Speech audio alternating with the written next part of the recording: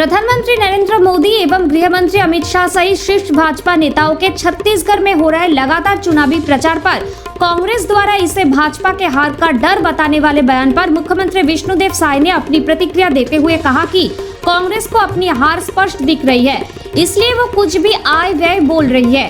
पत्रकारों के सवालों का जवाब देते हुए श्री साय ने कहा कि कांग्रेस ने 2018 के विधानसभा चुनाव में 36 बड़े वादे किए, लेकिन पूरा एक भी नहीं किया।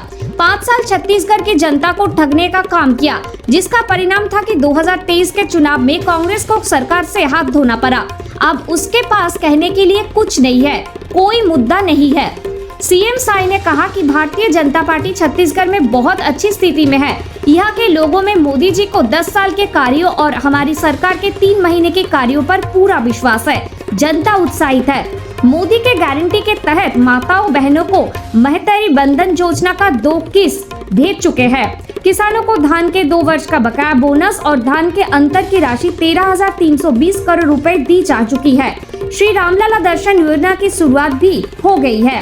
तेंदुपत्ता प्रति मानक बोरा 5,500 रुपए में खरीदी का भी आदेश हो चुका है, जिसका लोगों में अच्छा असर है और जनता के आशीर्वाद से हम प्रदेश की पूरी 11 की 11 सीट जीतने जा रहे हैं। दूसरे चरण का आज चुनाव प्रचार खत्म हुआ है। आप भी लगातार धुआंधार चुनाव प्रचार करते रहे, किस तरह की स्थिति देख रहे हैं भाजपा की? बहुत अच्छी स्थिति है भारतीय जनता पार्टी के लिए। उत्साह है लोगों में और उनको विश्वास है। एक तो मोदी जी के 10 साल के कामों का, फिर 3-4 महीने में हम लोगों ने जो मोदी की गारंटी को पूरा करने का प्रयास किया है। छत्तीसगढ़ के अंदर में 70 लाख से ज़्यादा माता बहनों को महतारी बंधन योजना का 2 महीने का किस्त भेज चुके हैं। किसानों को अंतर की राशि 13,000 करोड़ से ऊपर दे चुके हैं। 2 साल का बकाया बोनस दे चुके हैं। रामलला दर्शन योजना शुरू कर चुके हैं। तेंदुपत्ता का कीमत 5,500 रुपये प्रति मानक बोरा सरकार आदेश कर चुकी है। तो इस सबका भी बहुत अच्छा असर लोगों में है और सभी भारतीय जनता पार्टी को आशीर्वाद देंगे। सबका बहुमूल्य वोट मिलेगा। सर, शाह जी के बाद मोदी जी जो छत्तीसगढ़ में रुके, उसको लेकर कांग्रेसी कह रहे हैं कि पहले चरण के चुनाव के बाद डरे हुए थे।